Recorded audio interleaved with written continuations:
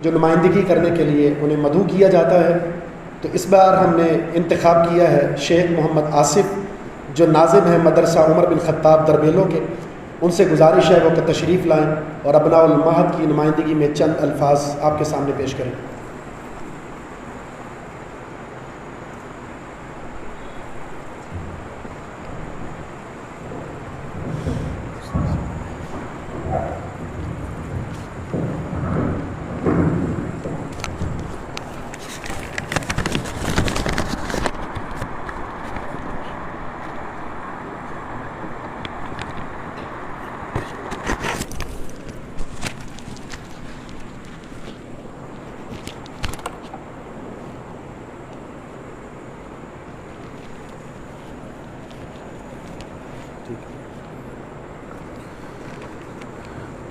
نحمده ونصلي على رسوله الكريم اما بعد فاعوذ بالله من الشيطان الرجيم بسم الله الرحمن الرحيم قال الله تعالى قل بفضل الله وبرحمته فبذلك فليفرحوا رب اشرح لي صدري ويسر لي امري واحلل عقدة من لساني يفقهوا قولي۔ معزز اساتذہ، شیوخ، طلباء اور جمیع مہمانان گرامی، السلام علیکم ورحمۃ اللہ وبرکاتہ۔ مجھے اس قابل سمجھا کہ میں ابناء المعہد کی ترجمانی کروں۔ میں ابناء المعہد سے ہوں، جمعیت اہل حدیث سندھ کا گمنام مذہبی سیاسی کارکن ہوں۔ ضلع نوشہر و فیروز دربیلو میرا دعوتی مسکن ہے۔ 2012 میں دربیلو کے اندر شعبہ حفظ کا ایک ادارہ جس کی بنیاد شیخ محترم نے رکھی تسلسل کے ساتھ چل رہا ہے۔ اللہ تعالیٰ کے فضل اور توفیق سے معہد السلفی کی تمام کلاسوں میں دربیلو کے فاضلین حفاظ تعلیم حاصل کر رہے ہیں اور پڑھ رہے ہیں۔ اس کے علاوہ پس پردہ رہ کر اپنی سیاسی بصیرت اور حکمت عملی سے نوشہر و فیروز کی منتشر جماعت اہل حدیث کو باہم متحد کر چکا ہوں۔ جناب شیخ محمد بن قاسم نے جب سندھ فتح کیا تو فقہائے اربعہ میں اول امام ابو حنیفہ رحمہ اللہ ابھی بچے تھے، باقی 3 فقہا ابھی پیدا بھی نہیں ہوئے تھے۔ ان کی فقہ سندھ تک پہنچتے پہنچتے کئی 100 سال لگے۔ اس دوران میں اہل سندھ صرف اور صرف قرآن و سنت پر عمل کرتے تھے، یعنی اہل سندھ اہل الحدیث تھے۔ جناب شیخ پھر اس کے بعد نام نہاد ترک خلافت عثمانی آئی اور انہوں نے ابن عربی کے صوفیانہ اور مشرکانہ افکار کو پروان چڑھایا اور امت میں قبر پرستی، تصوف، حلول، وحدت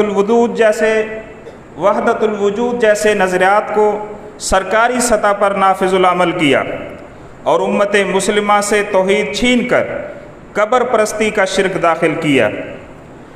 مزید برآں مغلیہ سلطنت اور کابل کی ذیلی حکومتوں نے، ٹالپوروں اور کلہڑوں نے اس سندھ میں روافظ کو دعوت دی۔ کلہوڑا دور میں بہائی فرقے کے بانی کے بیٹے نے سندھ کا خفیہ دورہ کیا۔ حیدرآباد، مولا علی قدم گاہ سے اور روہڑی سے عشرہ محرم کی بدعت کو جاری کیا گیا۔ یوں اہل سندھ کو علم، پنجے، گھوڑے، تابوت اور اس جیسے شرکیہ اور کفریہ رسومات میں داخل کیا گیا۔ عوام الناس میں یہ تاثر دینے کی کوشش کی گئی کہ سندھ صوفیہ اور روافظ کی زمین ہے۔ ہرگز ہرگز نہیں، سندھ اہل توحید اہل الحدیث کی سرزمین ہے۔ جناب شیخ، ہمارا یہ دعویٰ ہے کہ 700 سال قبل سندھ میں کسی بھی صوفی کے مزار کا کوئی قبہ، کوئی مزار 700 سال قبل سندھ میں اس کا وجود نہیں تھا، اور 400 سال پہلے سندھ میں عشرہ محرم کی بدعات کا کوئی وجود نہیں تھا۔ یہ اس بات کی دلیل ہے کہ سندھ اصل میں اہل توحید اور اہل حدیث کی سرزمین ہے۔ جناب شیخ، امت مسلمہ کے سلف منہج سے وابستہ علماء نے ہر دور میں ان فتنوں سے لڑائی کی، ان فتنوں کا مقابلہ کیا، جن کا احاطہ اس 10 منٹ کی مجلس میں ممکن نہیں ہے۔ ابھی ماضی قریب میں مولانا عبد الرحیم پچھمی ہوں، حاجی احمد ملہ، عبدالعلیم درس جیسے مجاہدین ہوں، شیخ محب اللہ شاہ الراشدی، علامہ سید بدیع الدین شاہ راشدی جیسی عظیم شخصیات، جنہوں نے ان فتنوں کے خلاف لڑتے لڑتے اپنی زندگیاں گزار دیں، اپنی جوانیاں ان فتنوں کے خلاف لڑتے لڑتے گزار دیں۔ سندھ نے صوفیت، قبر پرستی، پیری مریدی سے لڑتے لڑتے اس دنیا سے رخصت ہوئے اور اللہ کے ہاں سرخرو ہو گئے۔ جناب شیخ، جب جماعت کی ذمہ داری آپ کے کاندھوں پر آئی تو بھی افلاس، تنگ دستی غالب تھی، اور شیخ بدیع الدین شاہ راشدی رحمہ اللہ کے دور میں افلاس اور تنگ دستی غالب تھی۔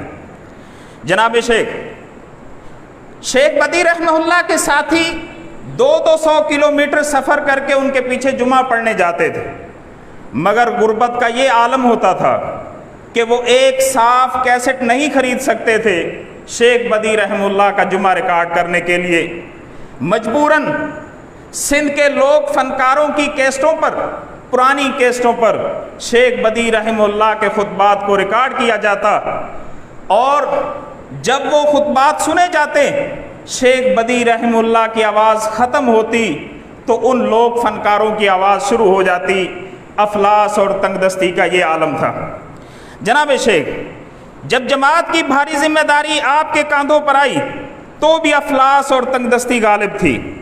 کل عدم تنظیموں کے پرکشش تنخواہی پیکج کی خاطر لوگ اپنی وفاداری بیچ رہے تھے، شیخ بدیع رحمہ اللہ کے بنائے ہوئے مراکز اور اداروں کا سودا کر رہے تھے، آپ کے نظریے، سوچ، فکر، طرز کو محدود کہہ رہے تھے، درس توحید چھوڑ کر شاہی احکامات پر خطبات اور دروس دے رہے تھے، امت کے نوجوانوں کو لا حاصل مہمات پر فنا اور تباہ کر رہے تھے۔ مگر شیخ محترم، سلام ہے آپ کی بصیرت پر، آپ کی فکر، آپ کی خاموشی پر، آپ کی سکینت، اطمینان اور وقار پر کہ آپ نے اپنی جماعت کے نوجوانوں کو ان فتنوں سے بچا کر رکھا، دعوت توحید میں لگے رہے، واعظ و تدریس میں گم رہے۔ شیخ صاحب، آپ کو سلام ہے، آپ کو سلام ہے کہ آپ نے اپنی امت کے نوجوانوں کو ان فتنوں سے بچا کر رکھا۔ شیخ صاحب، آپ جیت چکے، آپ کے مخالفین شاہی مضامین بھول چکے، نوجوانوں کی قربانیوں کا سودا کر چکے، ان کے ادارے مقبوضہ ہو چکے، وہ محدود ہو چکے، ان کا منہج، ان کا طرز فکر محدود ہو چکا۔ وقت نے ثابت کر دیا آپ کی سوچ و فکر وسیع تھی، ان کی سوچ اور فکر محدود تھی۔ آپ جیت گئے، آپ جیت گئے۔ جناب شیخ، اللہ کے فضل اور توفیق سے آپ کی جماعت بڑھ چکی ہے، آپ کی جماعت کا سائز بڑھ چکا ہے، آپ کے ادارے بڑھ چکے ہیں، سندھ کے اعلیٰ خاندانوں کے جوان آپ کی دعوت قبول کر رہے ہیں، یہ آپ کی فتح ہے۔ جناب شیخ، ایک طرف مہد السلفی کی تنگ دستی بیان کرنے کے قابل نہیں تھی، مگر اللہ غریق رحمت کرے چاچا عبد الرحمن کو کہ جس نے مہد السلفی کا طرز زندگی ہی بدل دیا، مہد السلفی کے طلبہ کو وہ خوش ذائقہ کھانے کھلائے، ان کی عمدہ کھانے کی لالچ ہی ختم کر دی۔ جناب شیخ، آج ان داڑوں اور دانتوں میں ان کھانوں کا ذائقہ ہے، چاچا عبد الرحمن کے لیے دل سے دعا کیوں نہ نکلے۔ جناب شیخ، آپ اس حوالے سے بڑے خوش قسمت ہیں کہ اللہ نے آپ کو شیخ بدی جیسے اساتذہ دیے اور شیخ محمد ابراہیم بھٹی جیسے ساتھی دیے اور مہد السلفی جیسے اساتذہ آپ کو شاگرد دیے۔ آپ اس حوالے سے بہت خوش قسمت ہیں۔ شیخ محمد ابراہیم بھٹی مسلسل 20-20 منٹ فراوانی سے بولتے، دلائل کے انبار لگاتے، استدلال کرتے اور 20 منٹ کے بعد جب شیر کی طرح حضرات کی دھاڑ لگاتے تو سامنے کئی ہزار کا مجمع کانپ جاتا، سامنے رکھا ہوا مائک بھی کانپ جاتا۔ اللہ نے آپ کو ایسے شیر ساتھی دیے۔ ضیاء الحق بھٹی صاحب، جس نے مہد السلفی کے طلبہ کو فلسفہ سمجھایا، عقیدہ توحید پر فلسفہ کے اثرات اور ان کا مقابلہ کرنا سکھایا۔ شیخ داؤد شاکر صاحب، تنگ دستی میں ایک اتنے بڑے ادارے کا کیسے انتظام چلایا جائے، داؤد صاحب نے یہ ساری چیزیں سکھائیں، ادارے چلانا سکھائے۔ شیخ حافظ سلیم صاحب، جنہوں نے طلباء کے باہم معاملات میں فیصلہ کرنا سکھایا کہ طلباء کے معاملات کو کس طرح ان کو فیصلے کے ساتھ رکھا جائے، ان کے معاملات کو کس طرح حل کیا جائے۔ جناب شیخ، یہ شیوخ کی جماعت اس تنگ دستی کے دور میں بھی آپ کی ساتھی تھی، آج فراوانی کے دور میں بھی آپ کی ساتھی ہے، یہ آپ کی سچائی کی دلیل ہے۔ اور اس موقع پر شیخ ذوالفقار طاہر رحمہ اللہ کو کیسے بھولا جا سکتا ہے، جس نے طلباء کو حدیث کی شرح سمجھائی کہ حدیث کی شرح کیسے کی جاتی ہے۔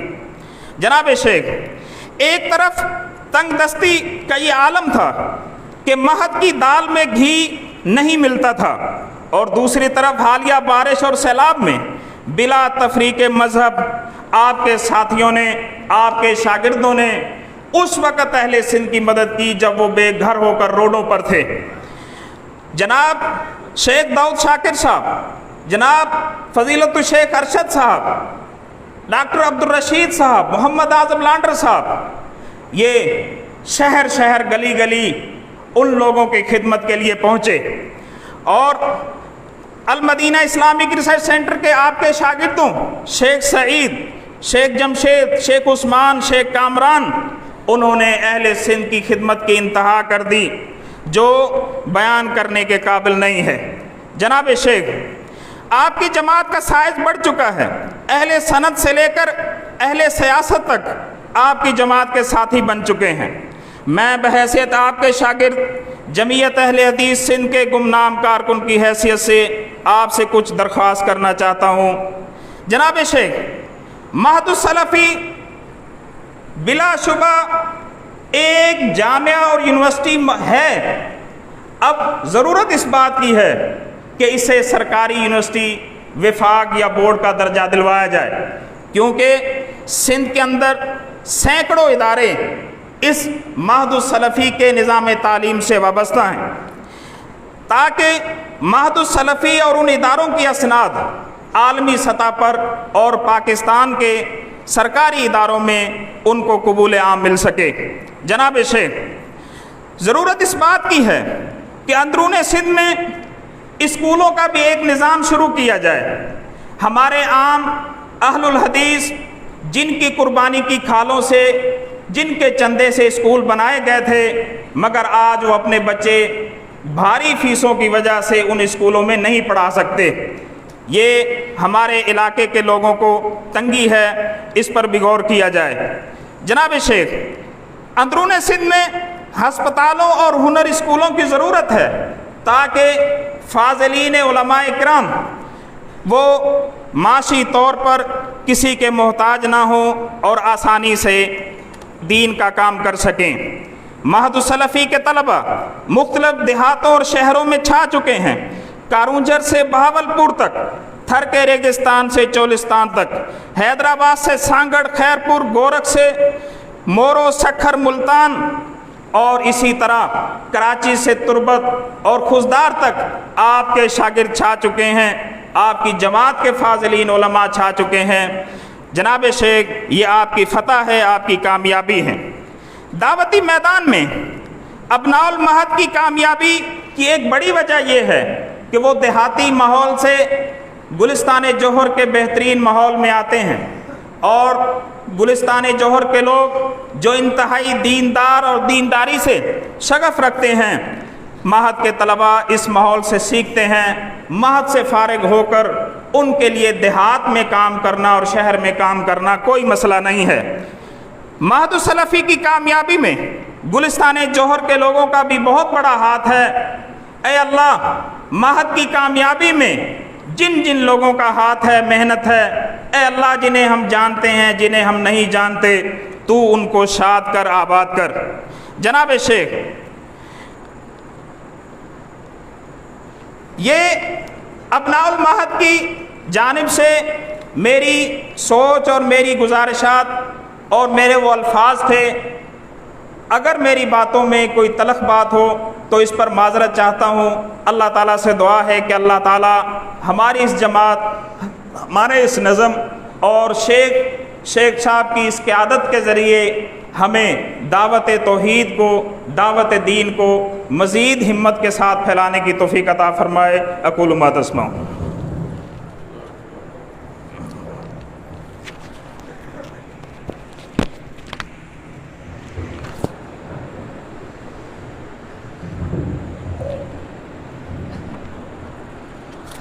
جزاکم اللہ خیراً و احسن الجزاء۔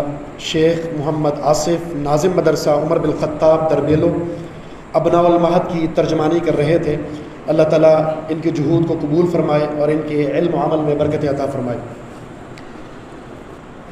اب میں بلا تاخیر طلباء کو نتائج کا بڑی شدت سے انتظار ہے، اور یہ گھڑی طلباء